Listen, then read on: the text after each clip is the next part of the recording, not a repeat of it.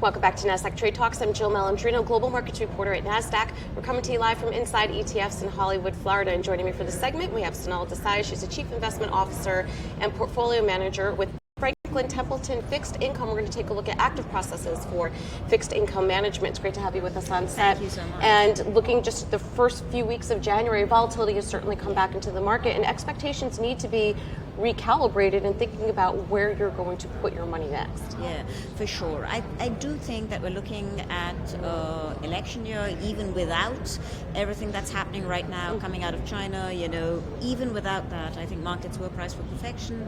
Definitely we should anticipate more volatility. Being active has never been more important. Yeah, that's a theme that we're hearing a lot this year at Inside ETFs in 2020. And while you remain cautious overall, you also want to have capital on the ready with these pockets of volatility to invest in areas that might be more attractive from a valuation perspective, more attractive fundamentally. And I think actually what I really look at is, because of the quantity of capital that has gone into passive investing, if people decide they want to sell, they sell everything. And that opens up opportunities if you're active, because good and bad bonds get thrown out in periods of volatility. And what we are trying to do is to make sure that we keep liquid portions of our portfolio at the ready so that we can increase our exposure.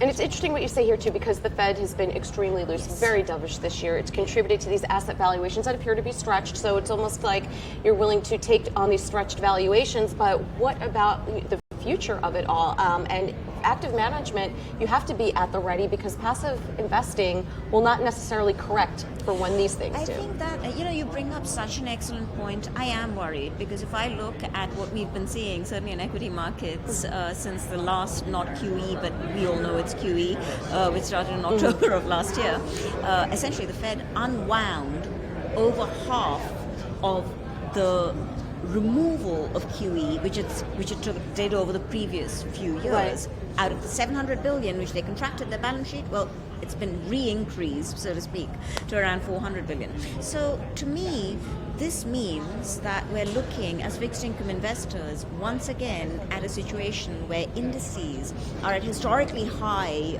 duration levels. But at some stage, that duration is going to start selling off, and unless you're active, you aren't going to be able to take advantage or protect yourself. And you think it requires a disciplined, systematic approach, particularly for fixed income managers. It's not as easy with equities. They tend to be a little bit more liquid. Fixed income management, there's different durations. A lot of these bonds trade by appointment. I think that's why we're seeing fixed income ETFs really grow in popularity to help managers with their fixed income portfolio. I would say that is correct. But again, I can't emphasize enough how important being active in this environment is. Right. Because certainly those stretched valuations have led to crowded positioning in various segments of the market, and probably some overvaluation in different pieces of the fixed income universe. You've got to know which pockets to avoid. Yeah, and at Franklin Templeton, your fixed income group, you actually have a quant approach when it comes to active management. Tell us about that. So, it's not really that we have a quant approach. What we're doing, I think, is really interesting. We're trying to marry that bottom-up fundamental research, which Franklin has always been known for via its analysts, with the latest and greatest from quant and data science. Right. So essentially, if I look at quant and data science, it tells me the state of play in the sense of everything that's in the market data today. The analysts are, in some ways, our source of alternative data, because the analysts, in a forward-looking way, we hope on occasion disagree with what the market is saying. So essentially what we're trying to do is to find that sweet spot between quant and fundamentally driven strategies. And actually not very many people are doing that. Typically in the fixed income space, people are quant or they're fundamentally driven. And what we're trying to do is to find a spot between the two. Do you think we're going to remain in a very dovish environment, at least through the election? Oh yes, not just through the election. I think this is an extremely dovish Fed.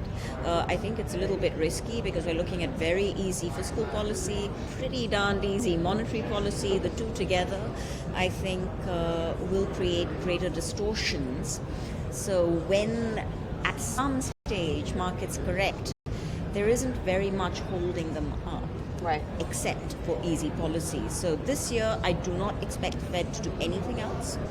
At some stage, though, the piper will need to be paid. Yes, what comes up must come down, Must that's for come sure. down, All right, indeed. Sonal, thank you so much for joining us Thank you Inside so ETFs. much. And thanks for joining me on Trade Talks. I'm Jill Malandrino, Global Markets Reporter at Nasdaq.